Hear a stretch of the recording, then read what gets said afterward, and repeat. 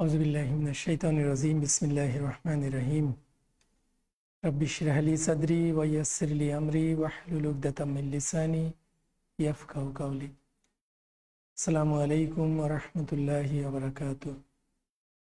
ঢাকা কলেজের একাদশ মানবিক বিভাগের আমার সুপ্রিয় ছাত্ররা, তোমাদেরকে আমার অনলাইন ক্লাসে সুস্বাগত।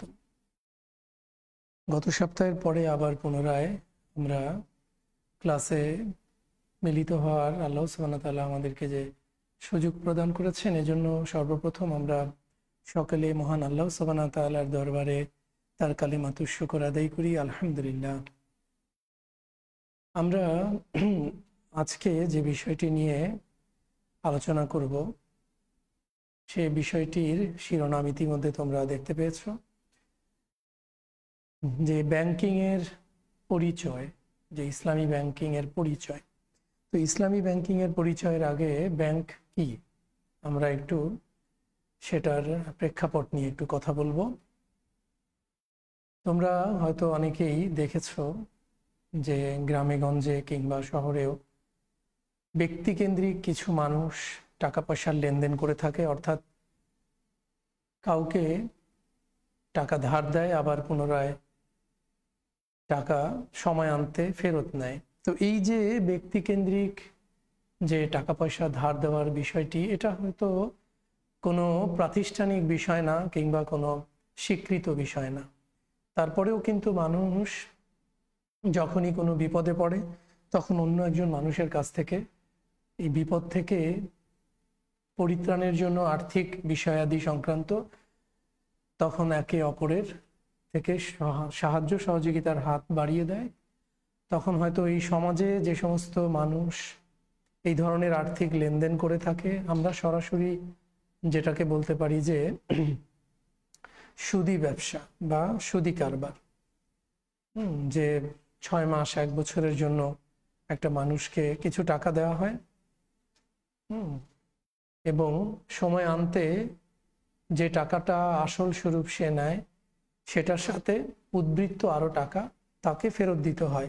এমনও হয় যে প্রতি মাসে তাকে হয়তো আসলের একটা নির্ধারিত কিস্তি তাকে আদায় করতে হয়, কিংবা এমনও তার সাথে চুক্তি হয় মৌখিক যে 1 বছর পরে আসল এবং সুদ সহ আমাকে সম্পূর্ণ টাকাটা ফেরত দিতে হবে। তো এই যে আর্থিক যে লেনদেনের বিষয়গুলো আমরা সচরাচর আমাদের চারপাশে দেখি, এটা কিন্তু কোনো প্রাতিষ্ঠানিক কিংবা কোনো আইনানুগ বা কিংবা কারো কাছ থেকে অনুমোদনকৃত কোনো আর্থিক ব্যবসা প্রতিষ্ঠান না। এটা ব্যক্তি নিজ উদ্যোগে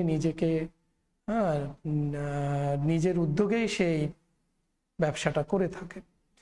তো এটা কিন্তু এই যে সিস্টেমটা, এই যে টাকা ধার দেওয়া কিংবা সেটার জন্য আবার সুদ নেওয়া, এটাই কিন্তু ওয়ান কাইন্ড অফ ব্যাংকিং। তো আমরা যেটা ব্যাংক সম্পর্কে যেটা জানি, যে ব্যাংক হচ্ছে মূলত এক ধরনের আর্থিক প্রতিষ্ঠান।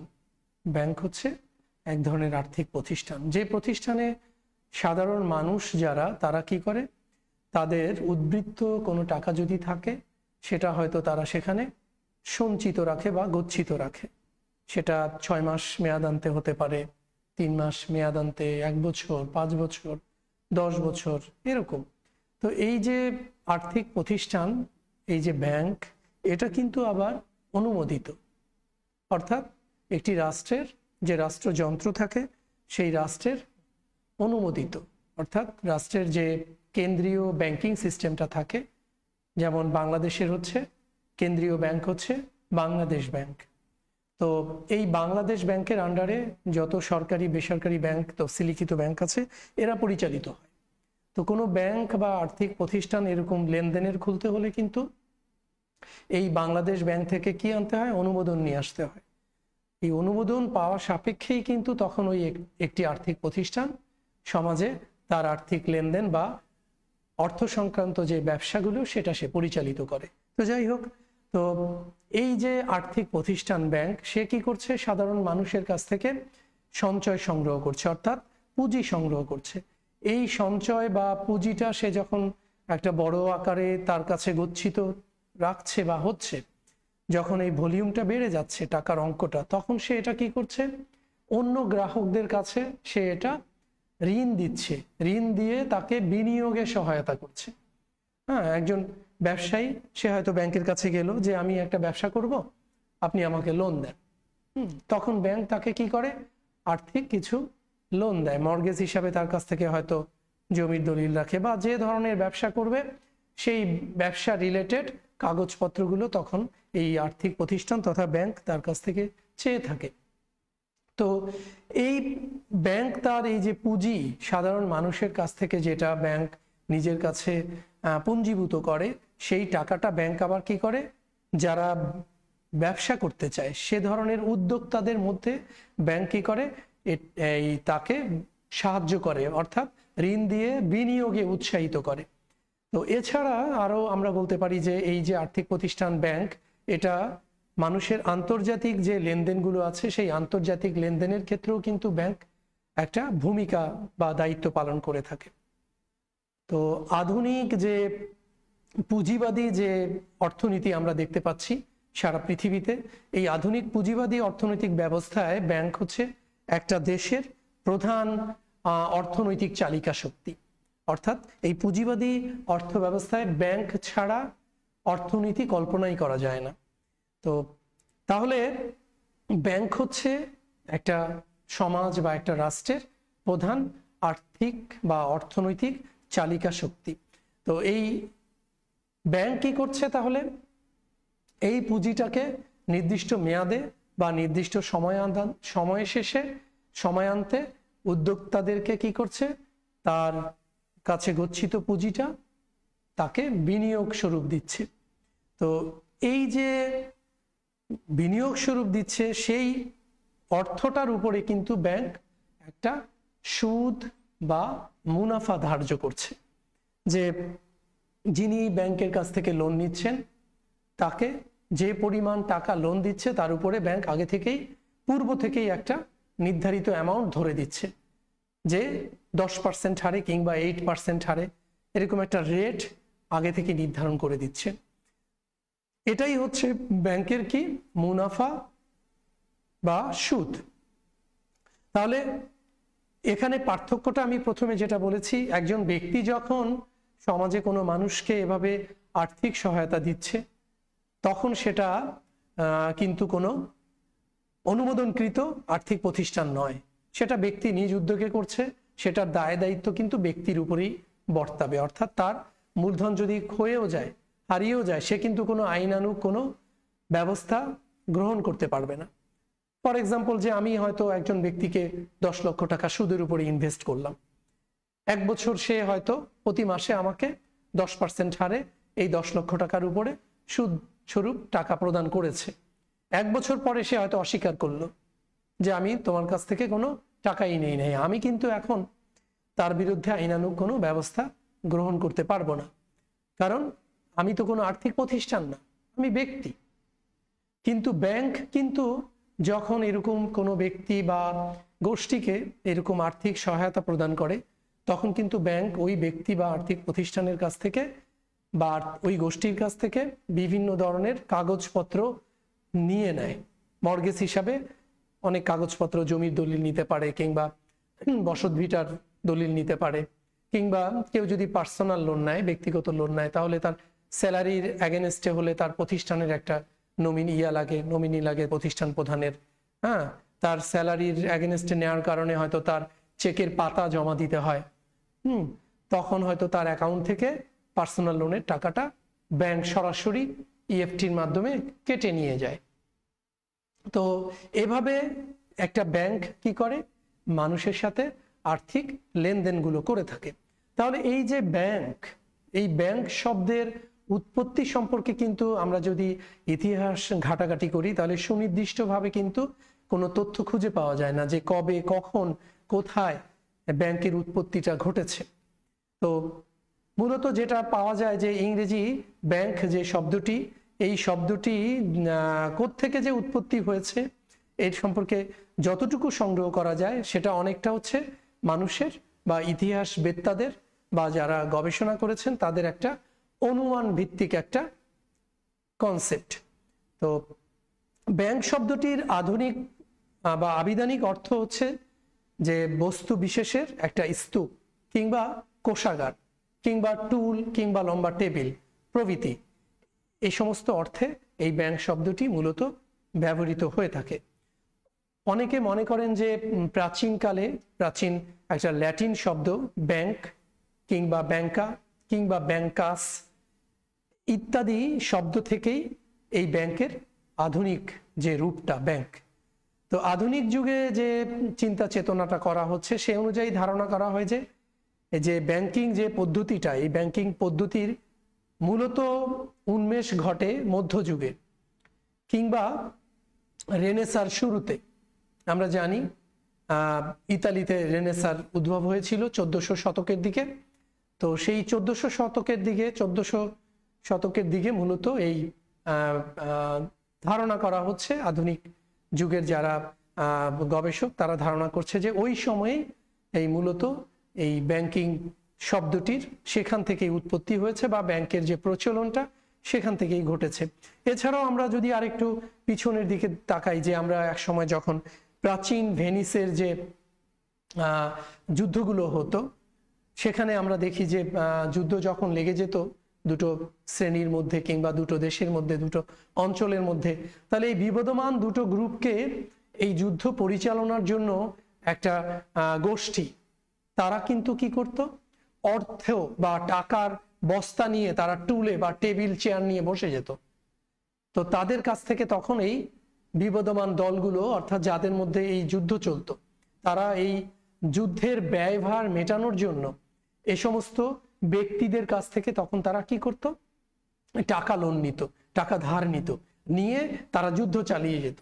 তো ধারণা করা হচ্ছে যে এই প্রাচীন এই ভেনিস যুদ্ধের সময় যে ব্যয় নির্বাহের জন্য যে এক প্রকার বিশেষ ঋণের আদান প্রদান ছিল, সেটাকে ইতালি ভাষায় বলা হয় মন্টে এবং জার্মান ভাষায় বলা হয় ব্যাংকে। তো এই ভাষা অর্থাৎ এই শব্দ দুটো থেকেও অনেকে ধারণা করছে যে ব্যাংক শব্দটির উৎপত্তি হতে পারে। তো এই শব্দ দুটোই পরবর্তীতে কালক্রমে ব্যাংক শব্দে রূপান্তরিত হয়েছে। আমরা আরো কিছু ইতিহাস থেকে যেটা পাই যে প্রাচীন যুগে ধর্মীয় প্রতিষ্ঠান ও উপাসনালয়গুলো ছিল এরকম আর্থিক লেনদেনের একটা কেন্দ্রবিন্দু। অর্থাৎ তখন মানুষ কি করত, এই ধর্মীয় প্রতিষ্ঠান থেকে এবং নিজ নিজ উপাসনালয়গুলো থেকে তারা কি করত, আর্থিক সহায়তা পেত। তাহলে ধরা হচ্ছে যে অনুমান করে নেওয়া যায় যে এই আর্থিক প্রতিষ্ঠান থেকেও কিন্তু এই ধর্মীয় প্রতিষ্ঠানগুলো থেকেও কিন্তু এই ব্যাংকের উৎপত্তি হতে পারে। অক্সফোর্ড ডিকশনারিতে বলা হয়েছে ব্যাংক একটি আর্থিক প্রতিষ্ঠান যা বিনিয়োগের জন্য গ্রাহকদের কাছ থেকে অর্থ সংগ্রহ করে, আবার প্রয়োজনে গ্রাহককে সেটা ফেরত প্রদান করে, আবার সুদে মানুষকে ঋণ দেয় এবং মানুষের সাথে মুদ্রা বিনিময় করে। এটা অক্সফোর্ড ডিকশনারিতে এই ব্যাংকের যে ডেফিনেশন সেখানে এই কথাটি বলা হয়েছে। তো এই যে ব্যাংক, আমরা ব্যাংকের একটা কনসেপ্ট আমরা পেলাম। তো আমাদের মূল আলোচ্য বিষয় হচ্ছে যে ইসলামী ব্যাংকিং।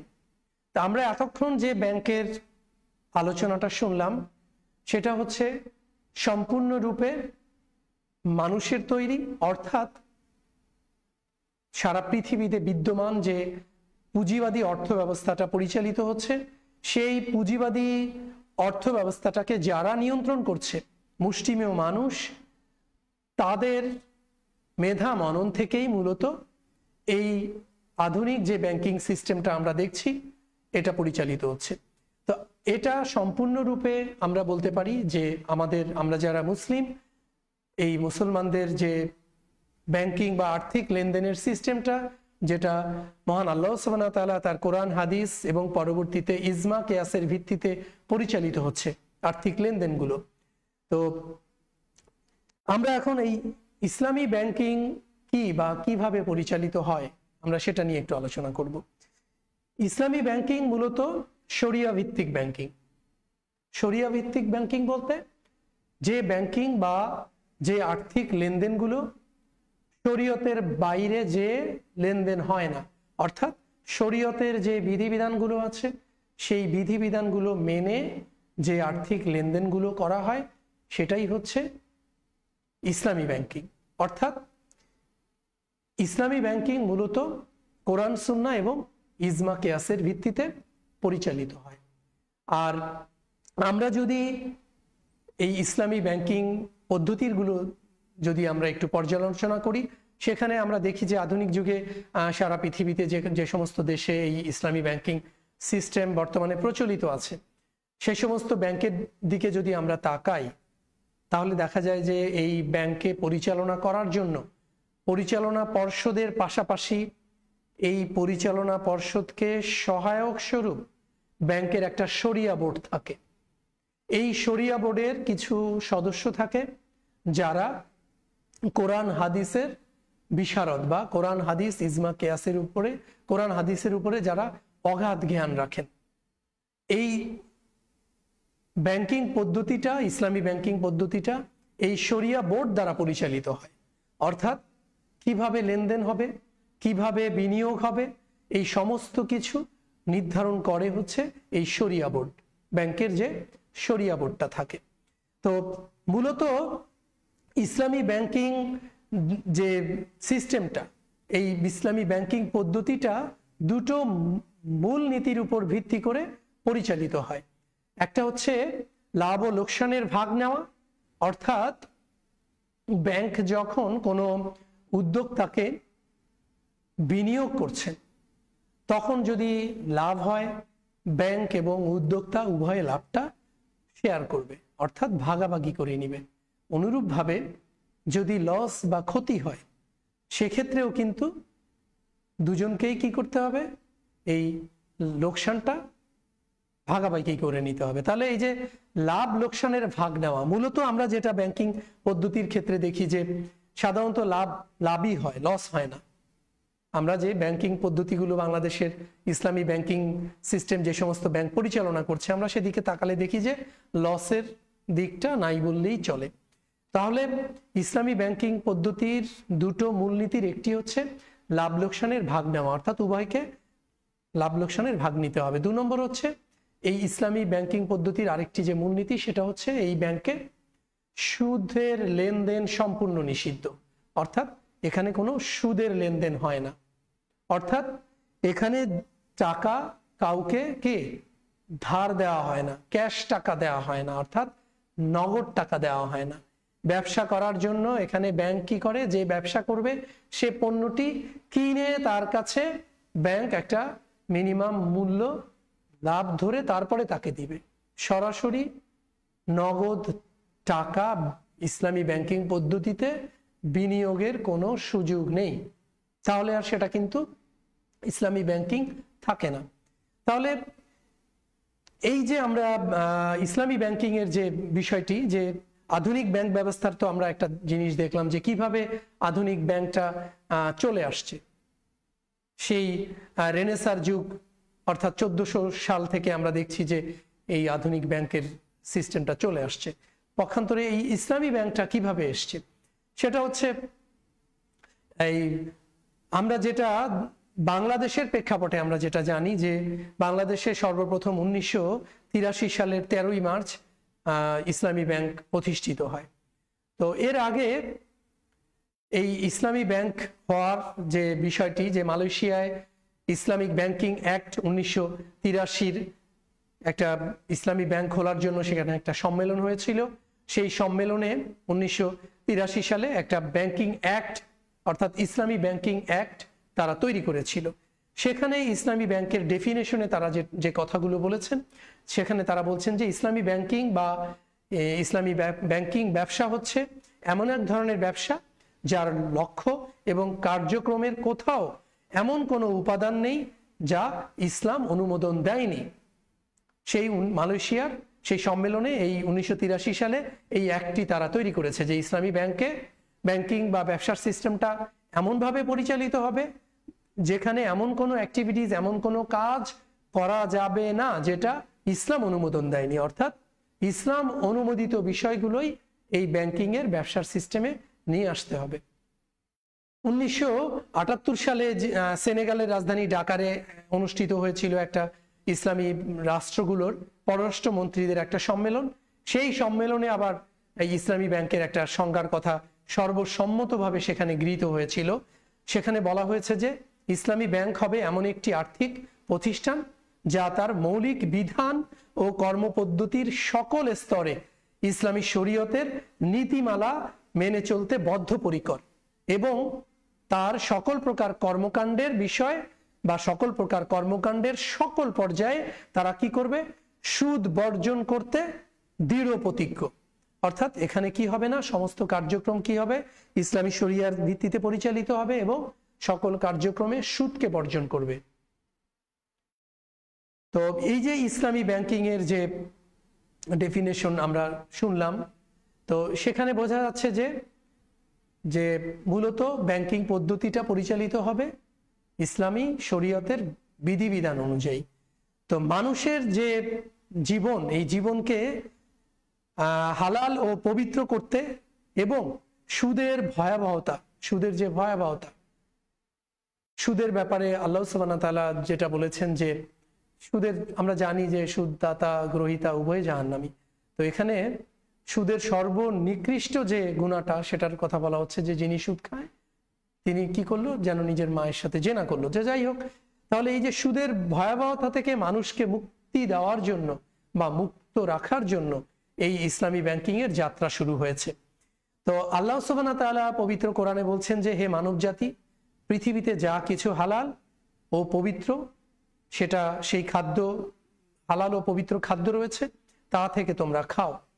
তাহলে আমরা আমাদের জীবিকা এবং খাদ্য সবই হালাল হতে হবে। আমরা যে উপার্জন করব, আর্ন করব, সেটা হালাল হতে হবে। সূরা বাকারার 268 নম্বরে আল্লাহ সুবহানাহু ওয়া তাআলা এই কথাগুলো বলেছেন যে হে মানব জাতি, পৃথিবীতে যা কিছু হালাল ও পবিত্র খাদ্য রয়েছে তা থেকে তোমরা খাও। এছাড়া আল্লাহ সুবহানাহু ওয়া তাআলা সূরা বাকারার 275 নম্বরে আল্লাহ সুবহানাহু ওয়া তাআলা বলেছেন যে তোমাদের জন্য ব্যবসাকে কি করা হয়েছে, হালাল করা হয়েছে, আর কি সুদকে হারাম করা হয়েছে।